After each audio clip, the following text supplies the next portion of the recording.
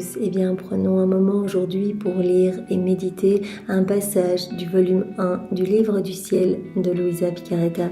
Au nom du Père qui me crée, du Fils qui me sauve et du Saint-Esprit qui me sanctifie. Amen. Jésus, une fois de plus, nous nous immergeons en toi, dans ta divine volonté, nous nous unissons à toi, nous nous unissons à ta divinité, à ton humanité, à ta volonté. Nous nous identifions à toi, nous nous consumons en toi, nous te faisons l'offrande, ô Jésus, de nos volontés pour que tu t'en serves comme champ d'action. Nous nous perdons en toi, nous nous abandonnons entre tes bras à la manière de tout petit et comme tous les jours, nous t'ouvrons grand les portes de nos cœurs pour que tu viennes t'y établir avec ta maman, ton Père, l'Esprit Saint. Nous voulons vraiment cet établissement définitif. Viens Seigneur Jésus, nous te remettons les rênes, les commandes de nos vies pour que ce soit toi qui fasses tout en nous jusqu'à nos derniers souffles. Oui Seigneur, que nos actes ne soient plus des actes humains mais que tout se fait par toi, y soit divin, éternel, rempli de l'infini avec cette portée intemporelle, universelle, magnifique. Ces actes, ces vies divines t'amenant une gloire parfaite, un amour parfait,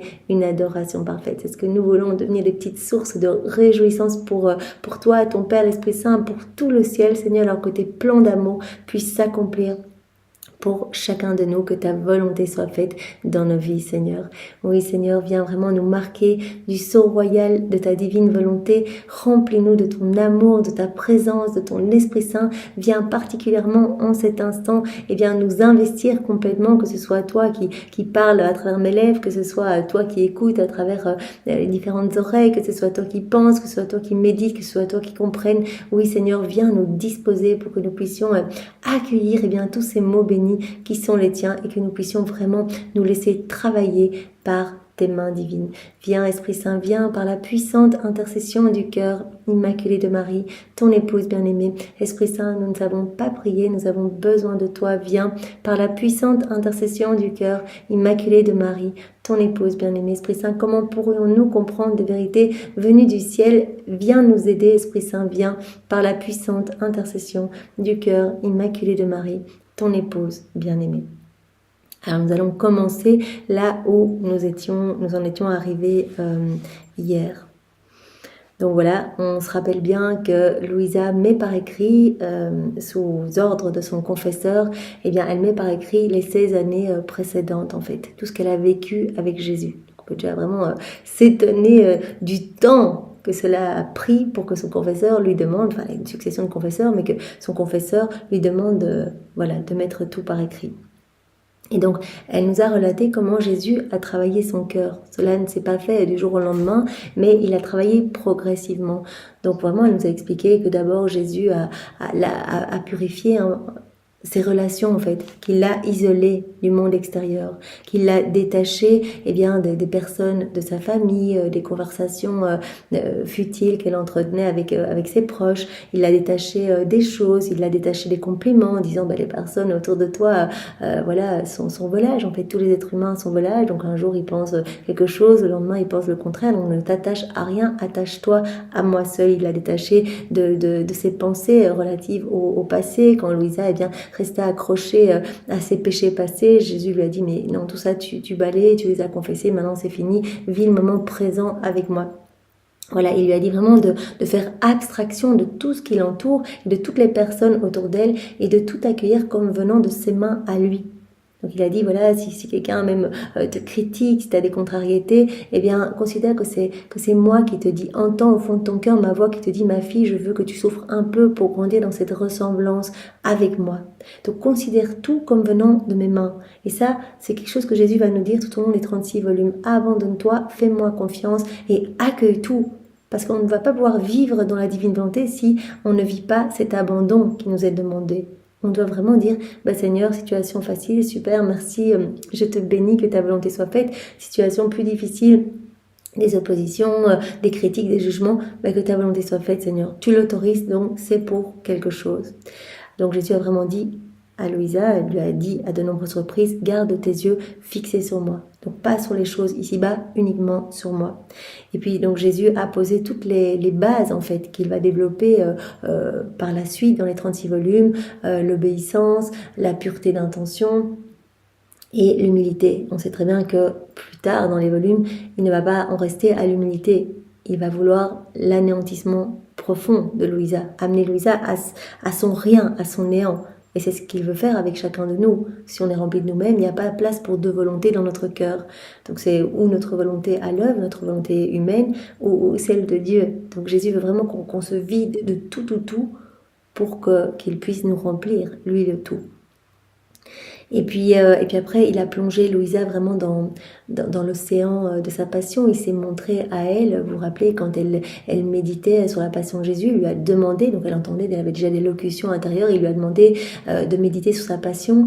Et là, en méditant la passion de Jésus, mais on voit que Louisa avait vraiment une spiritualité, une vie tout à fait extraordinaire. Elle méditait, alors qu'elle était qu'une petite jeune fille, elle méditait pendant des heures et des heures dans sa chambre, déjà toute petite, quand elle méditait sur les excès d'amour de Jésus. Donc cette nouvelle préparatoire à la fête de Noël, donc ces excès d'amour de l'incarnation de Jésus, elle restait pendant 9 heures dans sa chambre, etc. Donc là, elle médite sur la passion de Jésus, et puis à un moment, elle a super mal à la tête, elle regarde par la fenêtre, et elle voit Jésus portant la croix qui dit « Aime-moi et aide-moi, aide-moi ». C'est-à-dire, si tu veux me soulager, viens, unis tes souffrances aux miennes, souffre avec moi et soulage-moi, ça veut dire ramène-moi des âmes. Donc là, Jésus a allumé en elle, à partir de ce moment-là, eh bien, le désir de souffrir pour soulager Jésus. C'est pas du dolorisme, c'est pas je vais souffrir pour souffrir, c'est vraiment juste parce que j'aime tellement Jésus qu'en fait, voilà. Quand on aime Jésus, quand on aime quelqu'un, on a envie de prendre ses douleurs. S'il souffre, une maman ne pourra pas supporter de voir son enfant vraiment dans un état de souffrance. Elle préférera souffrir elle-même. Eh bien, Louisa, voilà, elle veut soulager Jésus. Elle l'aime tellement, c'est son bien, c'est son tout. Et donc, cela va animer en elle ce désir de souffrir par amour pour Jésus. Donc, on voit que Jésus, petit à petit, la travaille vraiment pour l'amener à ce rôle d'âme victime. D'abord, dans un premier temps, occasionnel, et puis de manière constante. Elle était dans son lit pendant 64 ans, sans manger de nourriture, en s'alimentant juste de l'Eucharistie. Et puis il l'a amenée, donc elle désirait vraiment souffrir, donc Jésus lui a partagé déjà quelques souffrances, et donc après il l'a amenée vraiment dans cette sécheresse, ce désert spirituel, en disant, mais si tu souffres avec moi, c'est quand même plus ou moins facile, mais là tu vas apprendre à faire les choses sans moi, donc rappelle-toi que je suis toujours à tes côtés, que je suis là, que je te fixe des yeux, mais voilà, donc elle n'a plus ressenti sensiblement les grâces, et donc Jésus lui a donné vraiment des conseils, d'offrir toutes ses peines, quand elle n'arrivait pas à prier, à adorer, etc., d'offrir tout, vraiment pour sauver des âmes en fait. Il n'est de cesse que de lui donner ce conseil, offre-moi tout pour me ramener des âmes, pour me soulager. Voilà, unis tes souffrances aux miennes, pour que tes souffrances portent les fruits de mes souffrances rédemptrices. Et puis, Louisa a vécu ce terrible combat autorisé par Jésus, donc par les démons. Pendant 3 ans, elle était attaquée. Au début, c'était vraiment juste affreux. Elle était totalement pétrifiée. Jésus a dit, surtout, tu dois pas avoir peur, parce que c'est la peur, en fait, qui leur donne du poids, en fait. C'est comme si, voilà, ils avaient une emprise sur toi parce que tu as peur. Donc, tu les nies, tu les dénigres même, tu ne leur accordes aucune importance. Tu considères que ce sont vraiment comme des misérables petites fourmis. Et que de toute façon, ils sont assujettis à ce que je leur autorise de faire. Donc, ils n'ont pas du tout un grand pouvoir comme on pourrait le croire. Et donc voilà, elle a vécu ces 3 années et elle vivait en même temps, en parallèle que ces attaques des démons, elle vivait aussi des souffrances partagées par Jésus. Donc voilà, elle a donné son oui pour être âme victime temporaire. Donc on a vu ces premières souffrances que Jésus lui a partagées. Donc il s'est montré avec la couronne d'épines. Louisa a été vraiment totalement bouleversée. Jésus a retiré la couronne de sa tête et a dit ok, si tu veux partager mes peines, je te partage une petite goutte de ce que moi je ressens. Donc couronne d'épines, ça peut représenter tous nos péchés d'orgueil à travers les siècles. En couronne d'épines, Jésus continuellement, nos mauvaises pensées, etc., nos pensées déconnectées de la divine volonté, c'était comme autant de couronnes d'épines, et Jésus, tout ce qu'il a souffert, c'est toujours en acte. Donc Jésus a retiré la couronne d'épines, l'a mise sur la tête de Louisa, et donc en fait rien ne se voit extérieurement. Donc ce sont les souffrances atroces qu'elle vit, mais à l'intérieur. Louisa, c'est la première stigmatisée à l'intérieur. On sait qu'il y a eu beaucoup de saints qui ont reçu les stigmates, comme Padre Pio, Sainte Rita, etc., qui a eu une épine de la couronne d'épines. Mais Louisa est la première, puisque c'est la première à qui Jésus va parler de tout ce qu'il a vécu à l'intérieur, ce que sa divinité, sa divine volonté faisait et imposait à son humanité, toutes ses souffrances intérieures. Eh bien, c'est la première à vivre cela à l'intérieur. Elle vit tout cela, mais en cachette. Elle en parle à personne, donc elle souffre atrocement ces couronnements d'épines, parfois plusieurs couronnements d'épines par jour, avec des douleurs ne la quittant pas pendant des jours et des jours. Et quand ça va un peu mieux, eh bien on voit que Jésus dit mais allez, on continue, parce que tu dois pas regarder tes souffrances, mais les fruits de tes souffrances, en fait, toutes les âmes qui vont me revenir. Donc il réappuyait sur la couronne. Bien sûr, pas pour la faire souffrir, mais parce qu'elle a donné son oui pour sauver des âmes. En fait, ce qui importe Jésus, c'est que un maximum d'âmes soient sauvées. Et donc il a dit, mais à travers les siècles, moi j'ai toujours eu des âmes qui portaient le monde, des âmes victimes, sinon le monde aurait été détruit. Des âmes qui jouent le rôle de paratonnerre, en fait, pour prendre sur elles, en fait, l'exercice de ma justice divine. Alors après, on a vu que Louisa a souffert de nombreuses années, je pense que c'était 6 ou 7 ans, les souffrances de son entourage, en fait, qui ne comprenait pas ce qui se passait, puisqu'elle n'en avait pas parlé. C'était juste affreux, en fait. Son entourage essayait de la faire prendre des bains froids, voilà, parce qu'elle n'était pas encore paralysée, mais voilà, son état se détériorait. Elle devait passer beaucoup de temps dans son lit, parce que voilà, à chaque fois, ses souffrances résultaient... Elle les vivait dans une extase, etc., une sorte de pétrification, et donc les parents ne comprenaient pas, etc. Et donc en fait, ils étaient tout le temps en train de l'épier, c'est tout le temps à côté d'elle, ils l'empêchaient d'aller à la messe, etc. Donc elle était soumise au contrôle des médecins, voilà. Donc ça a été une période absolument douloureuse pour elle, en fait. Vraiment, où elle ne pouvait plus rien faire. Elle disait, mais voilà, en fait, j'étais restreinte dans toutes mes libertés, finalement. On imagine bien Louisa qui passait des heures et des heures dans sa chambre à prier, bien là, tout le temps sous le regard et comme pointe-mire de ses proches, même des docteurs autour d'elle, etc. Et en plus, voilà, sa famille, tout comme les médecins, pensaient qu'elle feignait, qu'elle chichitait un peu. Donc vraiment, elle se sentait totalement incomprise. Donc vraiment, période de grosse mortification pour elle. Et donc, cela a suivi par vraiment une grosse et douloureuse croix pour elle. Eh bien, c'est que Jésus a fait qu'elle ne puisse sortir de cet état de pétrification, non plus par elle-même, mais vraiment par la bénédiction de prêtre. Donc, il implique l'Église. Et donc, pour elle, c'est absolument terrible, parce qu'elle veut garder cette relation avec Jésus secrète. Elle n'a pas encore compris, ou Jésus ne lui a pas encore révélé complètement la mission à laquelle il l'appelait. Et donc, elle voudrait vraiment que tout se passe dans l'intimité avec Jésus. Donc, pour elle, quand quelqu'un la regarde, c'est une souffrance énorme. Et donc, d'avoir des prêtres qui doivent se déplacer pour la sortir de l'état de pétrification, ça a été une souffrance énorme, surtout que les prêtres ne la croyaient pas. Et donc, que beaucoup pensaient que vraiment, elle faisait semblant d'être dans cet état-là pour simuler la sainteté, etc. Et donc, ça a été une souffrance atroce. Pendant 4 ans, elle dit, ça a été un martyr, c'est ma plus grosse croix. Enfin, vraiment, avoir des couronnes d'épines, etc., que Jésus lui partage, les coups qu'elle vivait à l'intérieur. Tout ça, elle acceptait avec joie. Donc, elle lui a souvent dit, mais Jésus, partage-moi ce que tu veux, mais que cela reste secret, en fait. Donc, elle a beaucoup demandé à Jésus, bien, qu'il l'autorise, en fait, à pouvoir sortir de cet état toute seule, ou que Jésus lui-même vienne la sortir de cet état. Mais Jésus, bien sûr, avait ce plan. Pourquoi est-ce qu'il autorise que des prêtres? Et pourquoi est-ce qu'il a voulu que des prêtres soient au chevet de Louisa? Mais c'est pour que les prêtres, à un certain moment, se rendent compte de ce qui se passe d'extraordinaire pour cette jeune fille. Et qu'ils puissent petit à petit être touchés, en toucher un mot à leur évêque, et puis finalement que cela arrive au Vatican, etc. Parce que, voilà, Jésus a voulu que l'Église soit totalement, impliquée dans tout ce cheminement spirituel. Donc voilà, elle ne voit pas encore le plan de Jésus, et donc elle souffre, en fait. Ça a vraiment été une croix énorme pour elle. Donc voilà, Jésus lui demande, toujours dans cette période, si elle veut être une victime perpétuelle, donc plus de manière occasionnelle, mais perpétuelle. Il va lui redemander une autre fois, d'ailleurs dans le passage que nous allons voir aujourd'hui.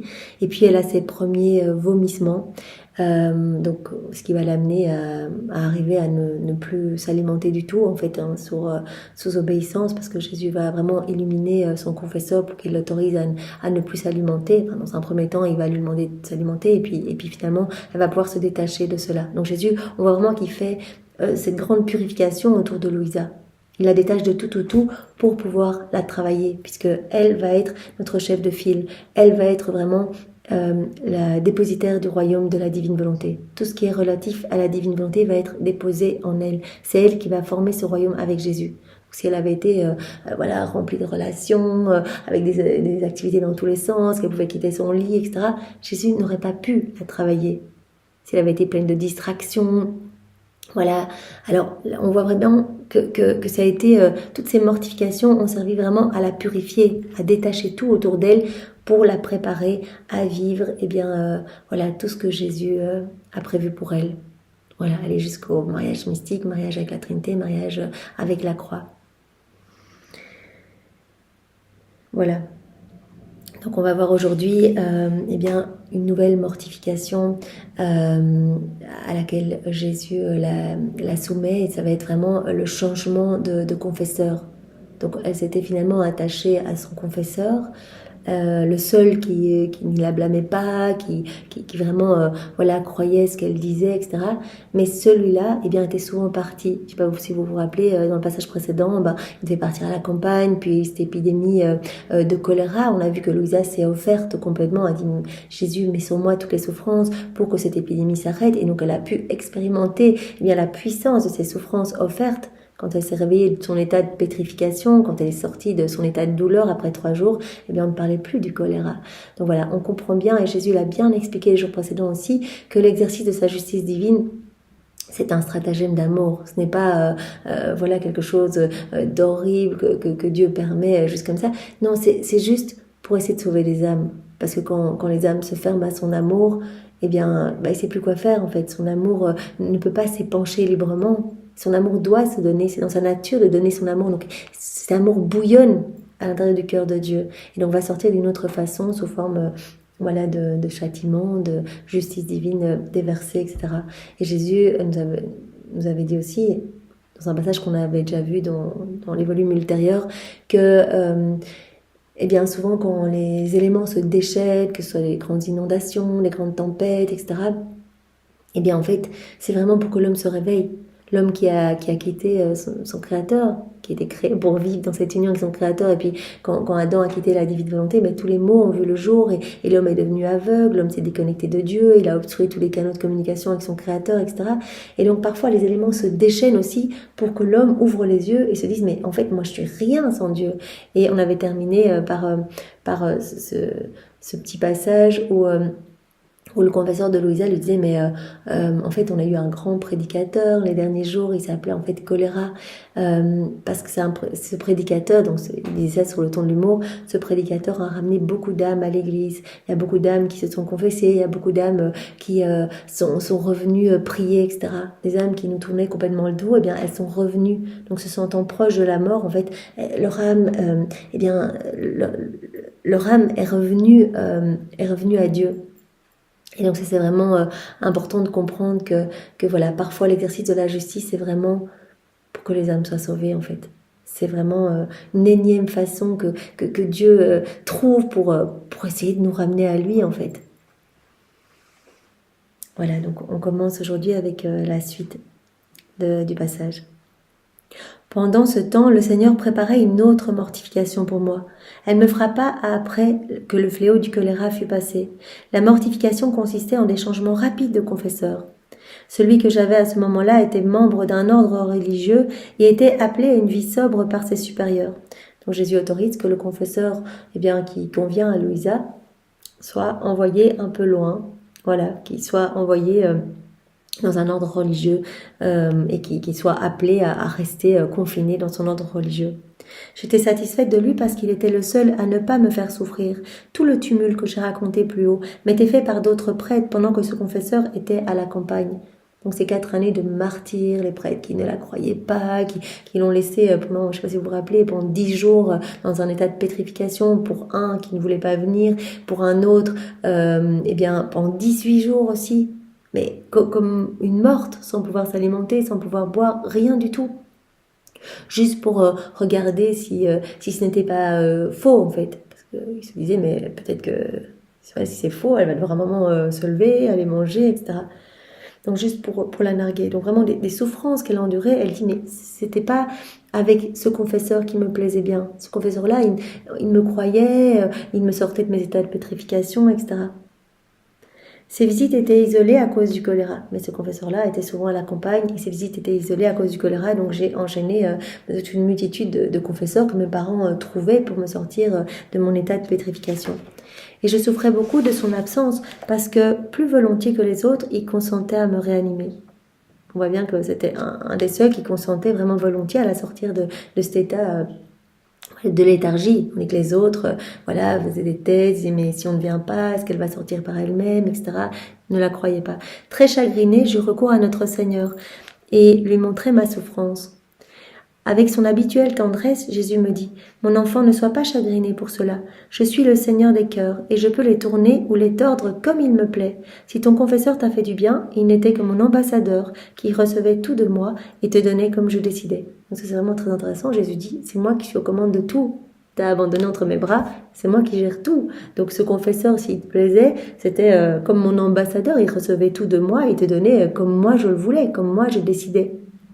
Donc ne t'inquiète pas, je vais te trouver un autre confesseur, je peux tourner les cœurs à ma guise en fait. Donc j'ai autorisé ce temps d'épreuve. Donc Jésus dit bien, c'est moi qui pilote les opérations et tout ce que tu as vécu, je l'ai autorisé pour quelque chose, un temps de mortification. Pour que tu puisses vraiment te plier à l'obéissance parfaite aussi. Et puis ce n'était pas le moment pour toi de raconter ce qui t'arrivait. Jésus a autorisé, parce que s'il avait voulu, il aurait mis directement en face de Louisa un confesseur qui l'aurait écouté, ou elle aurait pu parler, etc. Mais il y a eu tout ce temps de martyr, on voit que tout ce qu'elle a souffert pour tout offrir vraiment pour le salut des âmes, pour ramener des âmes à Jésus et pour le soulager. Donc c'était vraiment dans son apprentissage que Jésus a permis ce qu'elle a vécu. Voilà. Je ferai de même avec d'autres confesseurs et je leur donnerai les grâces pour remplir leurs fonctions. Qu'as-tu alors à craindre? Donc t'inquiète pas, fais-moi confiance. De toute façon, c'est moi qui gère tout et ce que j'ai fait avec ce confesseur que t'aimais bien, je peux le refaire avec d'autres. Donc je peux tordre les cœurs, je peux les tourner comme il me plaît. Donc c'est vraiment intéressant. Mon enfant, combien de fois dois-je te répéter qu'aussi longtemps que tu persisteras à regarder à droite et à gauche, à poser tes yeux parfois sur ceci, parfois sur cela, tu ne pourras pas vraiment te maintenir sur le chemin du ciel. Arrête de regarder à droite à gauche, quel confesseur, ce qui se passe, etc. Reste fixé sur moi. Vraiment, des premières choses que Jésus a demandé à Louisa, garde tes yeux sur moi. Si tu te concentres sur des bêtises autour de toi, même si cela vraiment occasionne des souffrances en toi, etc., garde tes yeux sur moi. Si tu ne le fais pas, tu ne pourras pas vraiment te maintenir sur ce chemin du ciel. Si tu ne rives pas tes yeux seulement sur moi, tu boiteras toujours. L'influence de ma grâce ne pourra pas être complète en toi. En fait, tu bloques mes grâces, en fait. Quand tu te préoccupes, que tu t'agites, que tu regardes à droite, à gauche. Donc, sois dans ce total abandon. Fais-moi confiance, en fait. C'est pourquoi je veux que tu restes dans la sainte indifférence par rapport aux choses qui t'entourent et que tu sois toujours disposé à accomplir tout ce que je veux de toi. Sainte indifférence. Voilà. Et c'est quelque chose d'ailleurs que Jésus va nous donner très rapidement. Quand on va lui donner notre oui pour vivre dans la divine volonté, il va nous détacher les choses de la terre. Il va opérer aussi en nous cette petite purification, cette grosse purification pour nous, bien évidemment. Mais il ne va pas faire ce qu'il a fait pour Louisa, nous garder paralysés dans un lit, etc. Elle, c'est en vue de sa mission. Nous n'avons pas la même mission qu'elle, mais Jésus va aussi opérer cette transformation dans nos cœurs et va nous appeler vraiment à ne garder nos yeux que sur lui. Donc il va nous donner cette grâce du détachement des choses ici-bas, pour que vraiment nous ne puissions ne désirer que lui en fait, que les choses du ciel, et que nous puissions sans cesse revenir à ces écrits du ciel, être touchés, nous aimant par ces écrits et les mettre en pratique. C'est encore lui qui va nous pousser à cette mise en pratique. Je veux que tu restes dans la sainte indifférence par rapport aux choses qui t'entourent et que tu sois toujours disposé à accomplir tout ce que je veux de toi. Sois obéissante, Sois toujours disposé à me donner ton oui en fait. Ce que je veux accomplir en toi, tu me donnes ton oui. Sois disposé à accueillir ce que je veux faire pour toi, en toi. Et sois dans cette sainte indifférence par rapport aux choses qui t'entourent. Autrement, tu ne pourras pas être préféré à d'autres pour le rôle de victime. Donc je veux vraiment t'amener à cet état de victime continuel. Et donc je te prépare par tout ce que tu as vécu, toutes ces purifications, toutes ces mortifications, toutes ces souffrances, ces années entières vraiment où tu étais épillé par tes proches, etc. Fais-moi confiance. Moi, je sais où je veux t'amener. Réfléchissant à ces paroles qui m'étaient données directement par Jésus, mon cœur développa une telle force que je ne remarquais plus maintenant l'absence de mon confesseur, mais s'il avait fait du bien à mon âme, même s'il avait fait du bien à mon âme. Je dis bon, je m'attarde plus au fait que ce n'est plus ce confesseur-là, je fais confiance. Jésus va me trouver un autre confesseur. Par la suite, Dieu m'inspira de me soumettre aux soins du prêtre qui me confessait quand j'étais jeune fille. Je n'ai jamais regretté ce choix, donc Jésus guide Louisa pour qu'elle puisse demander à un de ses anciens confesseurs, quand elle était jeune fille, qu'il soit son confesseur.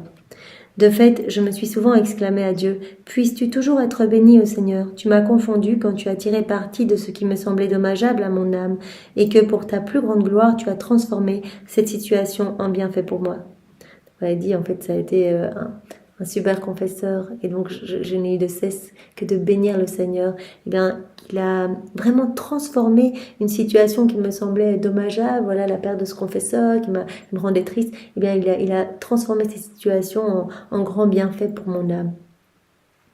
Puisse-t-il en être toujours ainsi, ô mon Dieu. Alors que mon cœur avait toujours été fermé à mon autre confesseur, je l'ai ouvert à ce ministre de Dieu proposé par Jésus et accepté par moi. Donc voilà, elle va avec ce nouveau confesseur choisi par Jésus et accepté par elle, elle va ouvrir son cœur, ce qu'elle n'avait jamais fait jusque-là. Parce qu'avant, elle n'arrivait pas à se confier, elle avait honte d'en parler, donc ce n'était pas le moment. Donc tout a été autorisé pour en arriver à ce confesseur-là, pour qu'elle puisse épancher toutes les grâces qu'elle a reçues, qu'elle reçoit et tout ce qu'elle vit avec Jésus. Voilà, j'ai ouvert mon cœur à ce ministre de Dieu, proposé par Jésus et accepté par moi. Malgré ses pressions et son insistance, mon cœur restait fermé à l'autre confesseur, et par conséquent, je ne pouvais pas me libérer intérieurement.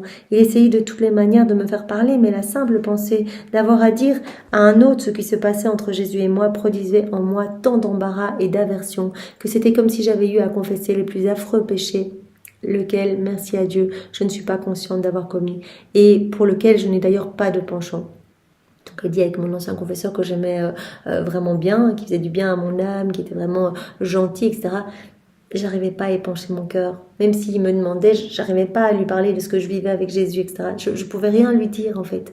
J'avais honte de lui parler, etc. Tandis qu'avec ce nouveau confesseur-ci, là ça va tout seul en fait. Je lui dis tout ce que je vis. À ce confesseur, cependant, et en de multiples occasions, j'ai fait connaître mon âme dans les menus détails, même si je le faisais sans aucun ordre. Elle dit, même s'il ne me le demandait pas, vraiment j'avais envie d'épancher mon âme. Si on me demandait pourquoi je ne voulais plus de l'autre confesseur pour me réanimer, ma réponse serait que je me sentais incapable de lui expliquer ce qui m'arrivait. Ce n'était pas sa faute à lui, parce qu'il était bon et avisé, qu'il m'aurait écouté patiemment. Il aurait pris grand soin de mon âme si je lui avais dit ce qui se passait entre Jésus et moi. Il veillait néanmoins à ce que je demeure dans les chemins de la vertu. Quant à moi, je ressentais une très grande pesanteur en mon âme, de laquelle j'aurais bien voulu être soulagée en m'exprimant à quelqu'un d'autre, avec le désir de connaître son opinion. J'aurais voulu me conformer à la vie d'un ministre de Jésus, mais j'étais juste incapable de me confier à mon ancien confesseur. Même s'il était vraiment bon, qu'il était avisé, qu'il m'aurait évidemment écouté si je lui avais parlé, qu'il aurait pris grand soin de mon âme et que vraiment il cherchait toujours à me garder dans les chemins de la vertu. Et donc je ressentais vraiment cette pesanteur de ne pas pouvoir me confier, mais c'était impossible. J'avais honte de me mettre en avant. On voit vraiment déjà l'humilité de Louisa. Combien de personnes qui ont des petits songes ou quoi, en parlent à tout le monde, et elle qui vit cette expérience extraordinaire, c'est vraiment cette intimité avec Jésus, tout ce temps avant d'en parler. Et vraiment, c'est parce que Jésus a disposé son cœur et l'a poussé à se confier et lui a mis ce nouveau confesseur, qu'elle a pu vraiment s'épancher. Voilà. Cependant, je le répète, il m'était impossible de le faire, donc avec mon ancien confesseur. Je crois que la raison pour laquelle mon premier confesseur ne pouvait pas me faire parler, c'était le bon vouloir divin, tout simplement. Elle dit, Seigneur, voilà, je fais confiance, et que c'était pas le moment, c'était pas ce que tu avais décidé, que je me confiais à l'autre confesseur. Donc voilà, tu as mis tout en place pour que maintenant je puisse lui parler de tout. Je dois ajouter que mon nouveau confesseur avait un talent spécial pour pénétrer dans mon intérieur. Avec lui, je prenais graduellement courage et je sentais en moi la volonté et la patience de m'exprimer. Petit à petit, je lui ouvris mon âme et je le laissais lire en moi comme dans un livre, page par page, même mot par mot, incluant les grâces spéciales que m'avait accordé le Seigneur. Donc elle dit tout, mot par mot, etc. Jésus vraiment l'aide, lui donne vraiment tout ce qu'il faut, la grâce de la souvenance pour se rappeler vraiment au mot près en fait tout ce qu'elle a vécu. C'était comme si mon bon Jésus se donnait la peine de me rappeler tout ce qu'il m'avait déjà dit et tout ce qui m'était arrivé. Quelquefois, quand je ressentais de la répugnance à lui révéler quelque chose, Jésus me réprimandait beaucoup et même menaçait de me quitter. Donc voilà, Jésus veut qu'elle dise tout. Parfois, quand elle a la réticence, en disant mais ça c'est vraiment intime, Jésus, etc., il dit vas-y, tu lui dis tout. La peur qu'il m'abandonne me faisait atrocement souffrir, cependant j'arrivais à surmonter les difficultés. J'étais très dure pour moi-même. Je peux dire la même chose de l'autre confesseur qui continuait à me demander une chose et ensuite une autre. Parfois il me demandait ce qui causait mes léthargies et quels en étaient les effets. Quelquefois, quand il voyait mon entêtement, il me commandait, au nom de l'obéissance, de lui répondre, et il plaçait devant moi la peur d'une grande illusion diabolique. Ensuite, il ajoutait « Quand l'âme est obéissante, nous sommes tous les deux plus sécurisés et tranquilles. » Donc elle dit, voilà, Jésus me poussait à tout dire à mon confesseur. Il dit, mais sinon, je me montre plus à toi, etc. Et donc ça, vraiment, c'est quelque chose qu'elle craint, parce que, voilà, quand on a vu Jésus, quand elle est dans ces états d'extase, et voilà, elle ressent tout l'amour de Jésus, elle le voit, etc. Donc être privée de lui, voilà, elle ne le supporte pas. D'ailleurs, on le voit dans les 36 volumes, quand Jésus ne se montre plus physiquement, eh bien, vraiment, elle est dans une souffrance. Elle dit, mais ça, c'est vraiment ma plus lourde croix. En fait, c'est la croix de Louisa, de quand elle ne voit pas Jésus. Et donc, le confesseur la pousse aussi à tout lui dire. Voilà. Il lui dit, donc quand l'âme est obéissante, nous sommes tous les deux plus sécurisés et tranquilles parce que le Seigneur ne permettrait pas que son ministre qui veut agir correctement dans la quête de la vérité soit dans l'erreur. À ce sujet, il m'a souvent semblé que les deux, Jésus et le confesseur, savaient tout de la question parce que, avant que Jésus me soumette à quelques souffrances, je remarquais que le confesseur connaissait la vérité. J'ai toujours eu l'impression que comme si Jésus avait déjà informé le confesseur.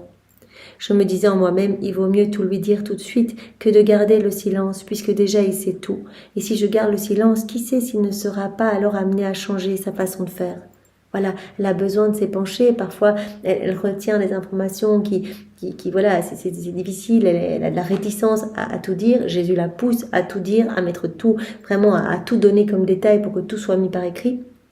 Le confesseur la pousse également en disant mais c'est vraiment important et elle dit mais de toute façon il vaut mieux que je dise tout parce que j'ai l'impression qu'il est déjà au courant. En fait j'ai l'impression que Jésus l'a déjà mis au courant de tout.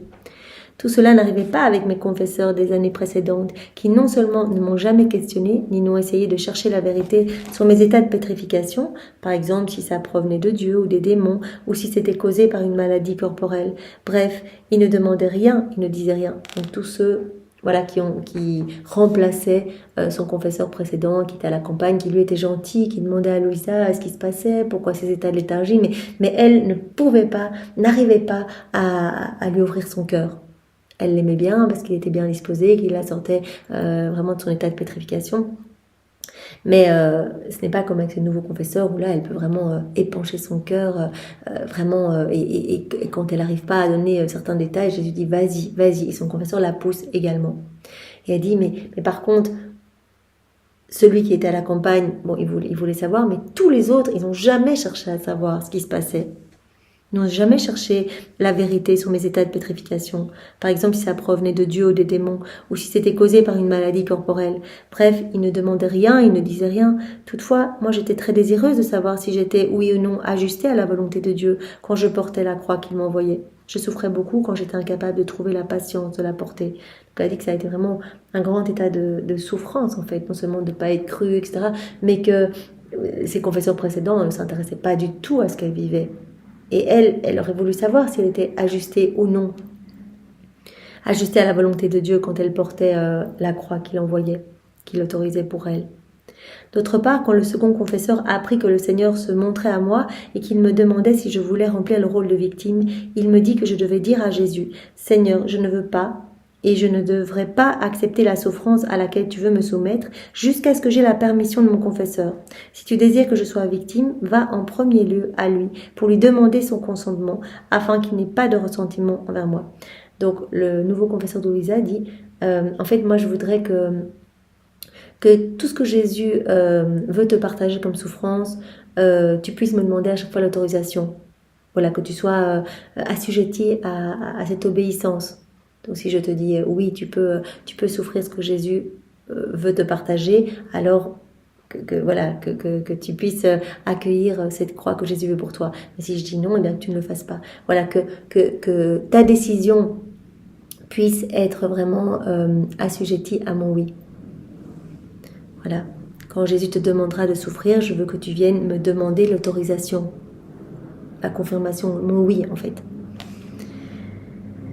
Un matin, après la communion, mon aimable Jésus me dit, « Mon enfant, les iniquités des hommes sont telles et si nombreuses que l'équilibre entre mon amour et ma justice en est bouleversé. » En Dieu, tout est équilibre. Mais Jésus dit, en fait, les hommes sont tellement mauvais, on les assaille d'amour, tout est amour pour l'homme. L'homme est bombardé de je t'aime, chaque élément créé est une manifestation de la tendresse de Dieu, de sa puissance, de son immensité, tout est un baiser du Père pour nous, une caresse, vraiment de l'amour pour nous, mais l'homme ne répond pas à cet amour. Donc Jésus dit, voilà, on ne peut pas épancher notre amour. On n'arrive pas à épancher notre amour, l'homme n'accueille pas notre amour, ne voit pas notre amour, l'homme est complètement aveugle. Et donc, notre amour ne pouvant sortir librement et facilement, eh bien, il va sortir d'une autre façon, sous forme de justice divine. La prépondérance des forces du mal m'astreint à faire venir sur les hommes une violente guerre par laquelle j'infligerai une destruction sans précédent de chair humaine. Ben voilà, ça va sortir. Je veux autoriser, en fait, pour ramener l'homme à moi, je veux autoriser une guerre sanglante.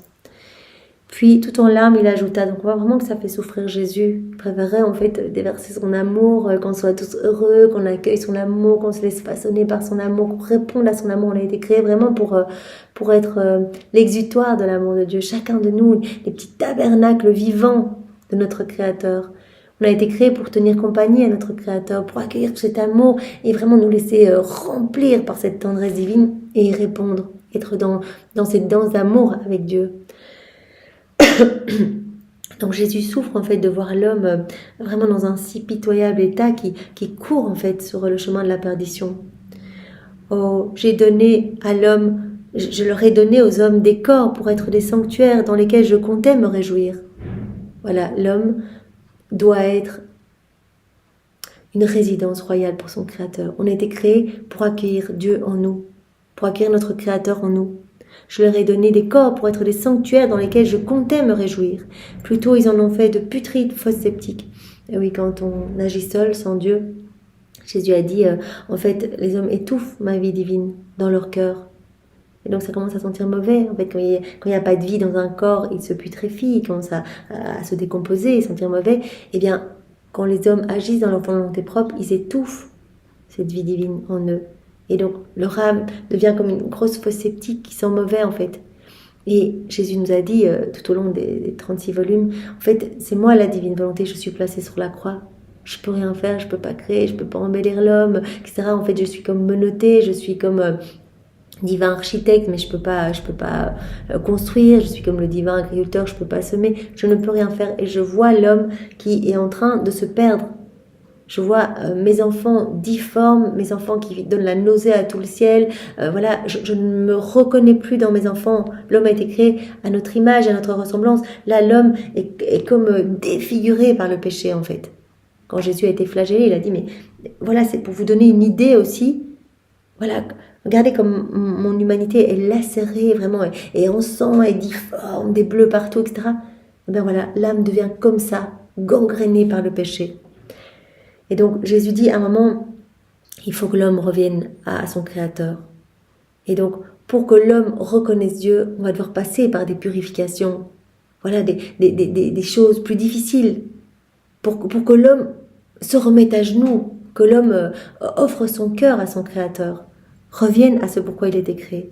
Donc on a créé tous ces corps, en fait, pour les hommes, pour que ces corps soient comme des sanctuaires. Et je comptais vivre. Je veux vivre dans mes enfants. Plutôt, ils ont fait de leur corps de putrides fosses sceptiques, et leur puanteur est si grande que j'ai été forcée de m'éloigner d'eux. Ce sont là, mon enfant, les remerciements que je reçois pour tant d'amour et tant de souffrances endurées pour eux. Qui d'autre que moi les a bénis aussi abondamment et a tant retardé leur juste châtiment. Et Jésus, en plus on le sait, est venu sur la terre pour nous récupérer le royaume de la divine volonté qu'Adam avait perdu, pour tout nous redonner en fait.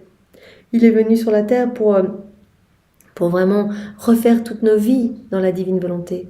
Il a repris chacun de nos actes déconnectés de sa divine volonté pour tout vaincre avec sa volonté humaine et tout refaire avec sa divine volonté. Ça a été des petites morts continuelles, des souffrances continuelles pour chacun de nous. Et donc Jésus dit, mais il y a tellement d'ingratitude. Toutes les vies de chacun de vous, chacune de vos vies est faite, est sainte. Tout est là en acte suspendu.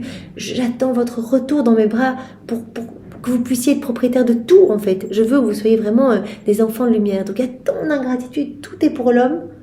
Et l'homme ne nous reconnaît pas. L'homme va se servir des éléments créés comme ça pour sa satisfaction, mais ne voit pas l'activité divine qu'il y a derrière, tous nos petits attributs divins qui sont cachés en chacun de ces éléments.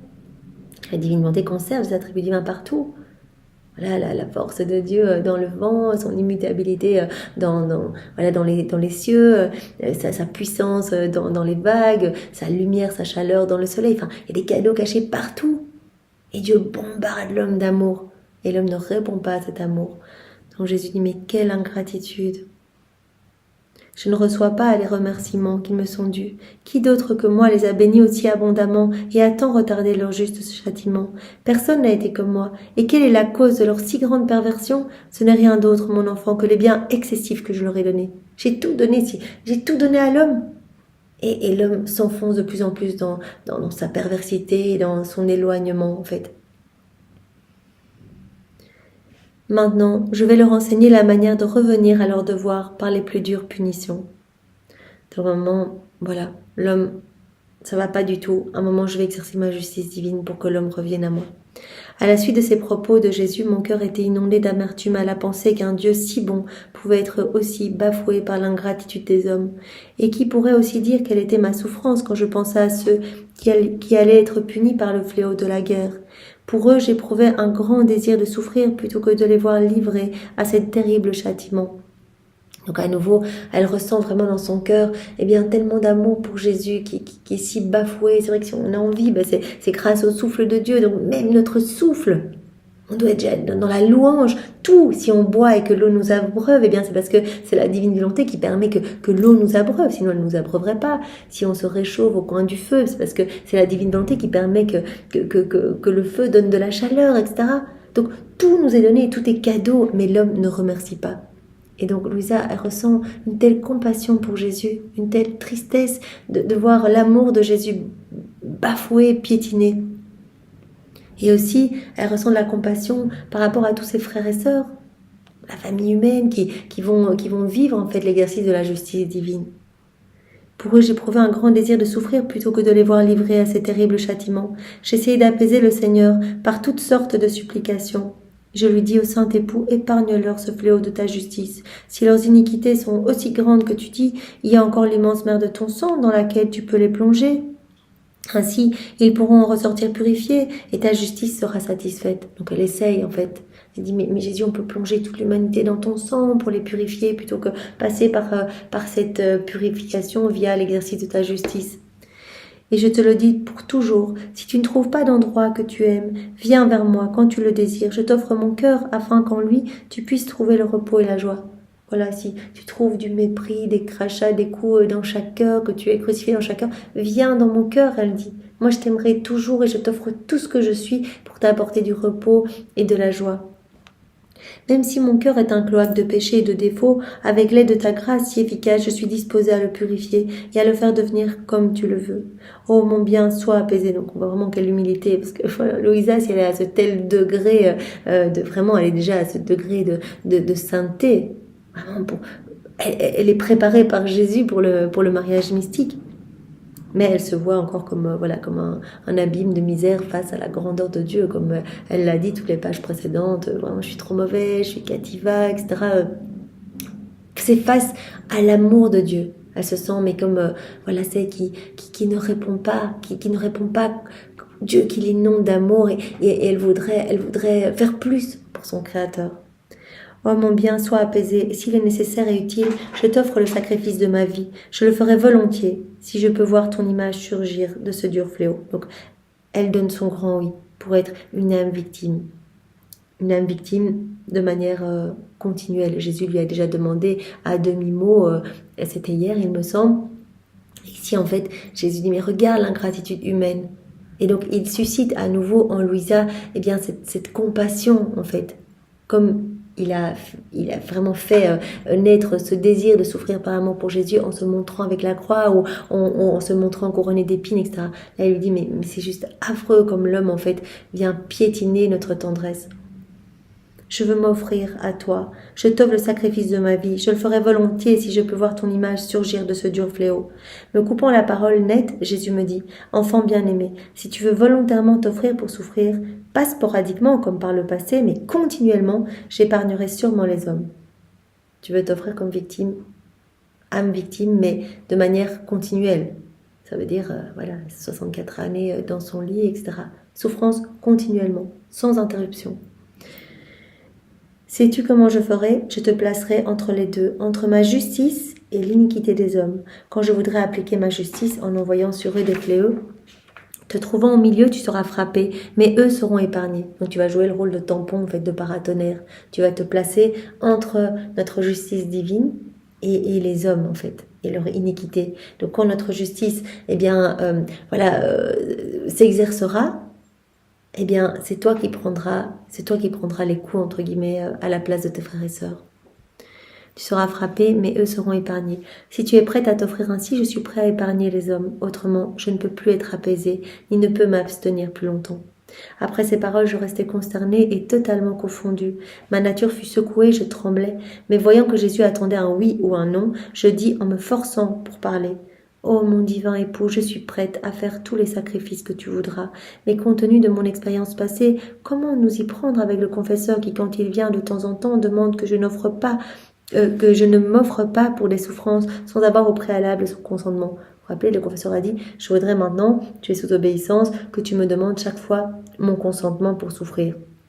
Il dit, moi je m'offre pour être une âme victime continuelle, mais comment on va faire avec le confesseur? Parce qu'il a demandé que je lui demande avant. Si d'autre part tu veux que je me soumette à ces souffrances sans son consentement, je suis prête, puisque ma réanimation ne dépendra pas de lui, mais de toi seulement, Dieu très haut. Elle redemande encore, comme elle l'a fait hier, mais si tu veux que ce soit juste entre nous et que finalement ce soit toi qui me sort de cet état, voilà. Alors Jésus, mon époux, qui a su tout sacrifier par obéissance, me dit, puisse-t-il ne jamais arriver que j'agisse contre mon épouse de sang? Va à ton confesseur. Jésus vraiment travaille en Louisa cette forte obéissance, et on va le voir tout au long des volumes, l'obéissance, en tout cas des premiers volumes. Va à ton confesseur et demande son acquiescement. Vas-y, obéis. Il t'a demandé de faire ça, tu obéis. S'il veut t'écouter, dis-lui en détail ce que je t'ai dit. Et dis-lui que tout ceci ne sera pas seulement pour le bien des créatures qui vivent dans le péché, mais pour le bien de ceux qui vont venir après.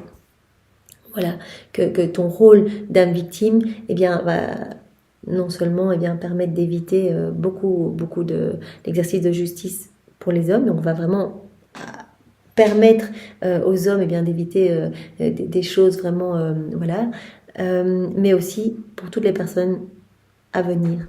Ça va être un grand bien pour leurs âmes.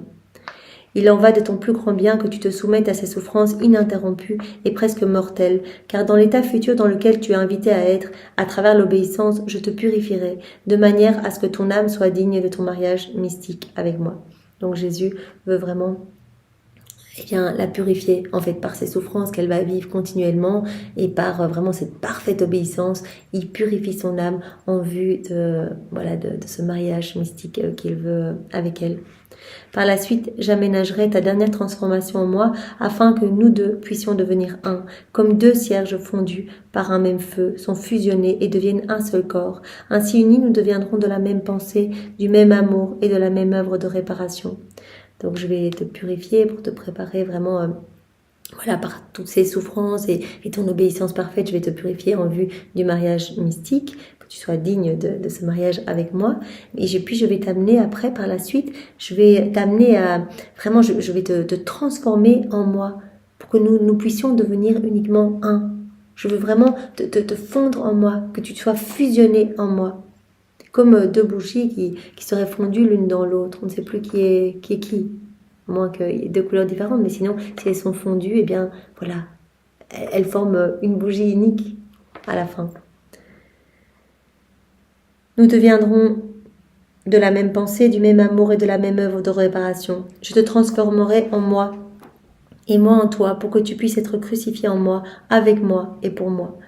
Ne serais-tu pas heureuse de pouvoir dire « Jésus, mon époux, est crucifié en moi, et moi, son épouse, je suis crucifiée en lui ».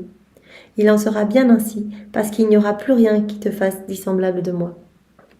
Donc, Jésus lui dit, par toutes ces souffrances que tu vas vivre, puisque tu acceptes l'état maintenant d'âme victime de manière continuelle, eh bien, je vais vraiment purifier ton âme et on va aller jusqu'à ce mariage mystique. On sait bien que ça va aller beaucoup plus loin, mariage avec la Trinité, mariage avec la croix. Et je vais aussi t'amener à ne faire qu'un avec moi, en fait. Voilà. Il n'y aura plus rien de dissemblable entre nous. Voilà, donc on ne fera qu'un. On sera comme fusionnés ensemble. Quand le confesseur vint, je lui répétais tout ce que Jésus m'avait dit. Je lui ai même dit que je voulais souffrir sans limite de temps. Cependant, il me semblait, et j'en étais vraiment convaincue, que ces souffrances ne dureraient pas plus de 40 jours. Voilà, vraiment cela va durer, on le sait, hein, 64 ans, vraiment alitée dans son lit à souffrir à chaque instant de manière continue. Mais elle a la certitude au moment où Jésus lui demande d'être une âme victime de manière continuelle, que ça va durer genre le temps d'un carême, quoi, 40 jours. Que ça va être difficile pendant 40 jours. Au moment où j'écris ces lignes, ça fait 12 ans que je vis dans un état de souffrance continue, et je ne sais combien de temps encore ça durera. Puisse Dieu être toujours béni et son insondable jugement. Il me reste à dire que si j'avais compris que j'aurais à passer mon temps continuellement au lit, peut-être que je ne me serais pas aisément soumise au rôle de victime perpétuelle. Donc Jésus va progressivement, il dit mais vis les choses au jour le jour. Si Jésus lui avait dit 64 ans dans ton lit avec des souffrances tout le temps, etc., ben peut-être qu'elle aurait dit non, elle aurait pris peur. Ma nature aurait été alarmée et j'aurais difficilement pu rassembler assez de courage pour me prêter à un tel sacrifice. Et je peux dire la même chose de mon confesseur. S'il avait connu le sacrifice qu'il aurait à faire chaque matin pour me réanimer, il n'aurait peut-être pas consenti à ce que je reste dans cet état pour aussi longtemps. La même chose pour mon confesseur. S'il avait su que vraiment, pendant de nombreuses années, il allait devoir venir chaque matin pour me réanimer, ben, il aurait peut-être dit non aussi. Donc Jésus fait bien les choses. Voilà, il demande le consentement et il dit, voilà, tu vas vivre tout, uni à moi, à chaque instant, tu avances jour après jour et je te donne les grâces en suffisance pour que vraiment tu vives cet état d'âme victime. Et je donne les grâces à ton confesseur aussi pour qu'il soit vraiment à tes côtés et qu'il puisse accueillir l'épanchement de ton cœur quand tu sors de cet état de pétrification. Je peux assurer que j'ai toujours été une amoureuse de cette douce souffrance. J'ai toujours été plus résignée quand j'étais dans une souffrance continuelle que quand j'en manquais. En fait, quand j'ai commencé à vivre dans cette situation de victime constante, je ne savais pas apprécier la valeur de la croix, mais le Seigneur m'a donné de la connaître durant les 12 dernières années. Donc, dans cet état de grande souffrance, Louisa vraiment apprécie la valeur de la croix, en fait. Toutes les âmes qui sont sauvées par cette souffrance unie à celle de Jésus, ces souffrances offertes à Jésus. Elle se rend compte que qu'en souffrant, elle peut vraiment amener de l'apaisement à son doux Jésus et qu'elle peut lui ramener des âmes. Mon confesseur, à qui j'avais fait connaître ce que mon très aimable Jésus voulait de moi, me dit « Si tout ce que vous m'avez dit est vraiment la volonté de Dieu, vous pouvez recevoir ma bénédiction. » Donc on voit un peu tout le cheminement. Jésus lui demande d'être une victime une âme victime continuelle, en lui disant mais voilà, ma justice va déborder, en fait, elle va s'exercer sur les hommes, ça va être une guerre vraiment sanglante, etc. Donc il touche profondément l'âme de Louisa, qui a compassion de Jésus, qui a compassion de ses frères et sœurs, qui dit mais je m'offre complètement. Et donc elle donne son grand oui, et elle va demander l'autorisation à son confesseur, parce qu'il lui a demandé de le faire et qu'elle veut rester dans cette grande obéissance. Et Jésus dit, continue, je te donnerai vraiment beaucoup de grâce et je te purifierai à travers cet état de souffrance, je te purifierai pour en arriver à ce mariage mystique avec moi, et je te purifierai tellement qu'on ne fera plus qu'un, en fait. Voilà, tu ne seras plus dissemblable de moi. Voilà. Cependant, le confesseur il me semblait, j'en étais vraiment convaincue, il me semblait que ces souffrances ne dureraient pas plus de 40 jours. Mais au moment où j'écris ces lignes, ça fait 12 ans que je vis dans cet état de souffrance continue, et je ne sais combien de temps encore ça durera. Puisse Dieu être toujours béni et son insondable jugement. Donc elle explique vraiment qu'elle a accepté totalement de souffrir, et elle dit j'étais totalement résignée, en fait, dans cette souffrance continuelle. Mon confesseur, à qui j'avais fait connaître ce que mon très aimable Jésus voulait de moi, me dit, si tout ce que vous m'avez dit est vraiment la volonté de Dieu, vous pouvez recevoir ma bénédiction. À vrai dire, je pourrais faire le sacrifice de vous réanimer chaque matin. Si j'en éprouve des ennuis dans ma nature, je les surmonterai par la grâce de Dieu. Donc elle vient demander l'autorisation pour être victime continuelle, permanente, et le confesseur dit, vous avez ma bénédiction. Quand je pensais aux créatures qui seraient épargnées du terrible fléau de la guerre, mon âme jubilait. Néanmoins, ma nature commençait à trembler, et j'ai passé quelques jours dans une profonde tristesse. On me conduisit à l'église, après avoir reçu Jésus dans mon cœur. Je lui dis. Donc à nouveau, elle jubile en pensant à toutes les âmes qui vont revenir à Jésus, enfin les fruits de ses souffrances, de ce qu'elle va vivre, et en même temps...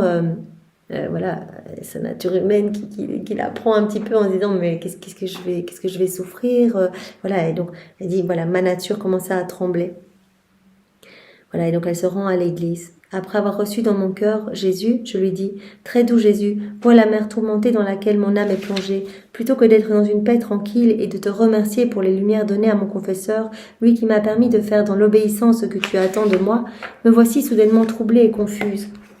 Je le suis d'abord pour la condition de souffrance dans laquelle tu es sur le point de me plonger, et ensuite parce que j'aurais peut-être à rester dans cet état sans te recevoir, ce qui serait pour moi la plus grande souffrance. Qui pourrait survivre sans toi? Mon bien, qui d'autre que toi pourra me donner la force de survivre, de me remettre de ma souffrance? Comment pourrais-je recevoir cette force si on ne me permet pas de te recevoir dans ton sacrement? Pour elle, c'est vraiment important de recevoir Jésus dans l'Eucharistie. Elle dit, mais si je suis dans cet état dans mon lit de pétrification, etc., d'âme victime permanente, comment je vais faire, en fait, pour avoir la force? Comment je vais faire si je peux pas aller à l'église te recevoir? Quand j'eus déchargé mon cœur de ces angoisses, j'ai beaucoup pleuré. Sympathisant avec moi, Jésus me dit poliment, « Mon enfant, n'aie pas peur, je comprends ta faiblesse et j'ai préparé des grâces nouvelles et spéciales pour soutenir ta fragilité. » Jésus dit à nouveau, « Ne t'inquiète de rien, fais-moi confiance. » Comme pour tes confesseurs, tout était orchestré par moi, et je peux changer les cœurs, etc. Et donc, même si quand elle se plaignait d'avoir perdu son confesseur qu'elle aimait bien, et Jésus a dit, mais ne t'inquiète pas, j'ai déjà un autre confesseur pour toi. Et donc, il lui a vraiment donné l'inspiration d'aller demander à un confesseur, le confesseur de sa jeunesse, et vraiment tout ça parce que tout est entre les mains de Jésus, et que il avait planifié qu'avec ce nouveau confesseur, elle allait pouvoir s'ouvrir et épancher son cœur, et qu'il allait pouvoir mettre par écrit tout ce que Louisa avait reçu comme grâce de Jésus, mais aussi tout ce qu'elle vivait, vraiment mot pour mot, toutes les paroles de Jésus, etc. Donc à nouveau, il lui dit, fais-moi confiance. Voilà, là tu t'offres en âme victime continuelle, tu es un petit peu inquiet de savoir comment ça va se passer, tu es un peu inquiète de ne pas pouvoir me recevoir tous les jours, c'est vrai, tu seras dans ton lit dans un état de pétrification. Eh bien, fais-moi confiance, j'ai prévu des grâces nouvelles pour toi, pour que tu aies vraiment la force de résister. Voilà, je vais soutenir ta fragilité. Ne suis-je pas tout-puissant en tout? Ne suis-je pas capable de faire en sorte que tu me reçoives dans le sacrement? Sois résigné, et comme une personne morte, place-toi dans mes bras paternels. Offre-toi comme victime en réparation pour les nombreuses offenses que je reçois continuellement des hommes. Donc Jésus dit, fais-moi confiance, place-toi dans mes bras paternels comme une personne morte. Bah, ça veut tout dire, quoi. C'est-à-dire, ne te rebelle pas. Jésus lui demandait plus haut, ne regarde pas à droite, à gauche, n'essaye pas de gérer ça par toi-même. Fais-moi confiance. Voilà, place-toi dans mes bras, soit comme un petit nouveau-né, voilà, qui dort dans les bras de son père ou de sa maman, qui est en totale confiance, ou ici, place-toi vraiment comme une personne morte, quoi. Vraiment, juste, ne cherche pas à essayer de faire quoi que ce soit par toi-même. Abandonne-toi à la manière d'une personne morte dans mes bras. Et offre-toi à moi comme âme victime en réparation pour toutes ces offenses que je reçois continuellement, toutes ces ingratitudes, toutes ces méchancetés humaines.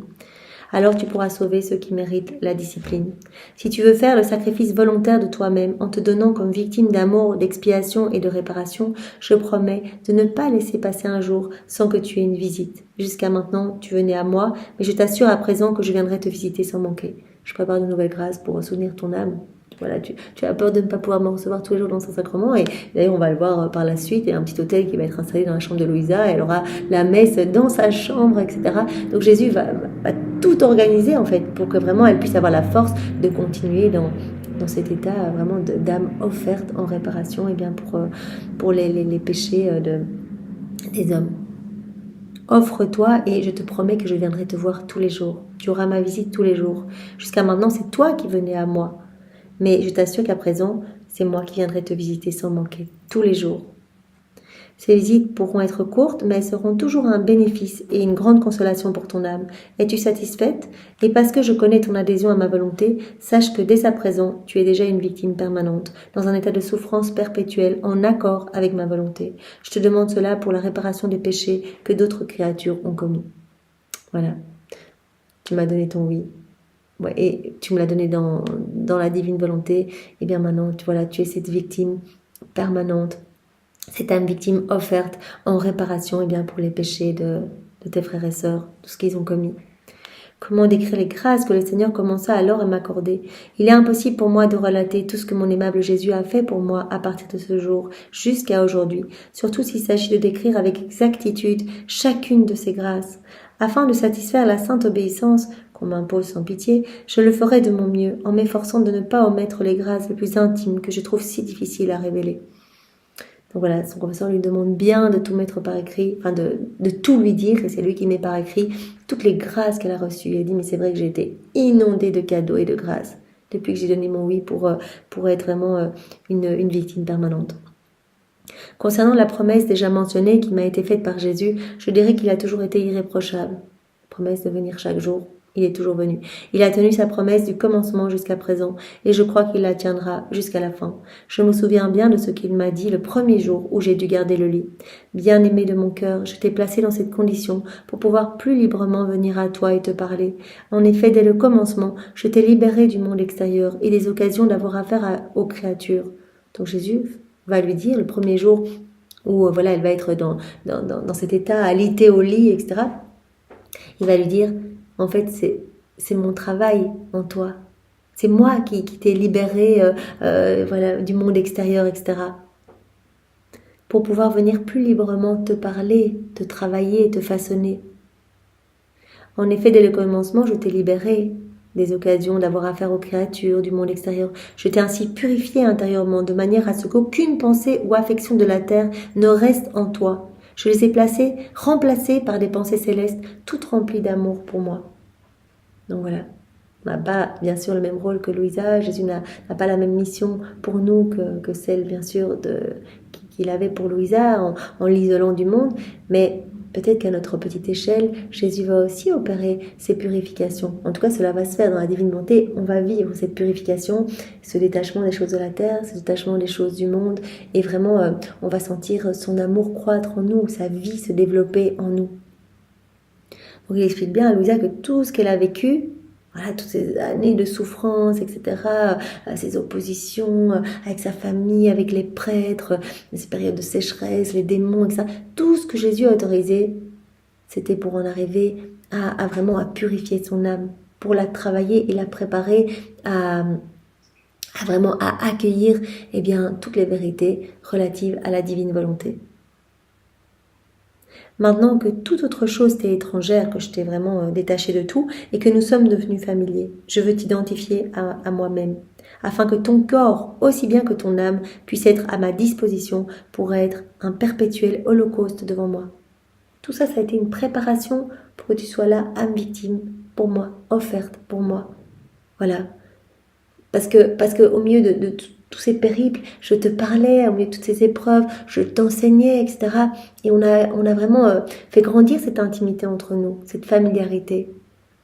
Et en fait, voilà, maintenant je veux tout ça, tout ce que j'ai fait, c'était pour en arriver à ce que ton corps et ton âme puissent être à ma disposition, en fait, pour être un perpétuel holocauste devant moi. Si je ne t'avais pas confiné à ce petit lit, tu n'aurais pas le bénéfice de mes fréquentes visites. Si je t'avais pas éloigné du monde, j'aurais pas pu te parler, te travailler, etc. Si je t'avais pas confiné à ce petit lit, t'aurais pas eu mes visites tous les jours, etc. Tu aurais voulu d'abord remplir tes obligations familiales à coup de sacrifices pour ensuite te retirer dans l'oratoire de ton cœur en attendant une visite passagère de moi. Maintenant, tu ne peux pas faire cela. Tu es là, tu es dans ton lit. Et vraiment, et on va voir que petit à petit, voilà, elle va même, Jésus va même la libérer du fait de manger, etc., pour qu'elle soit toute disposée, qu'elle soit complètement disponible pour que Jésus puisse vraiment lui donner tous ces enseignements si précieux. Voilà.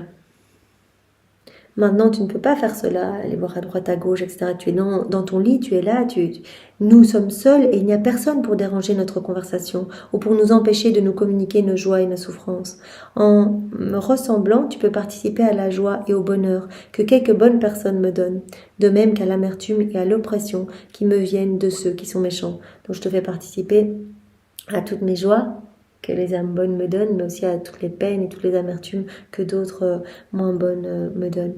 À partir de maintenant, mes consolations seront les tiennes et tes consolations seront les miennes. Mes afflictions et tes afflictions seront en communication pour que ta volonté et ma volonté disparaissent complètement pour être appelées notre volonté. Une seule volonté, il n'y aura plus ta volonté et la mienne. Ce sera volonté commune. Une seule volonté, un seul acte, un seul amour, une seule vie. Voilà, je veux qu'on ne fasse qu'un. Bref, tu prendras intérêt à mes choses comme si elles étaient vraiment tiennes, et moi, de la même manière, je prendrai intérêt à tes choses, tes imperfections exceptées, qui seront certainement miennes. Sais-tu comment je me conduirai envers toi? Je serai comme un roi nouvellement marié à une noble reine qui est provisoirement forcée d'être loin d'elle et qui, dans sa hâte d'être avec elle, garde son esprit et son cœur toujours tournés vers elle. Je vais être avec toi, super attentif, super vigilant, je vais venir te voir tous les jours, etc. Je vais être comme un roi fou d'amour pour sa reine et qui est par moments contraint de s'éloigner de sa reine et qui revient vite mais qui a toujours son cœur et ses pensées tournées vers elle. Il s'active à finir son affaire pour pouvoir retourner vers elle le plus tôt possible.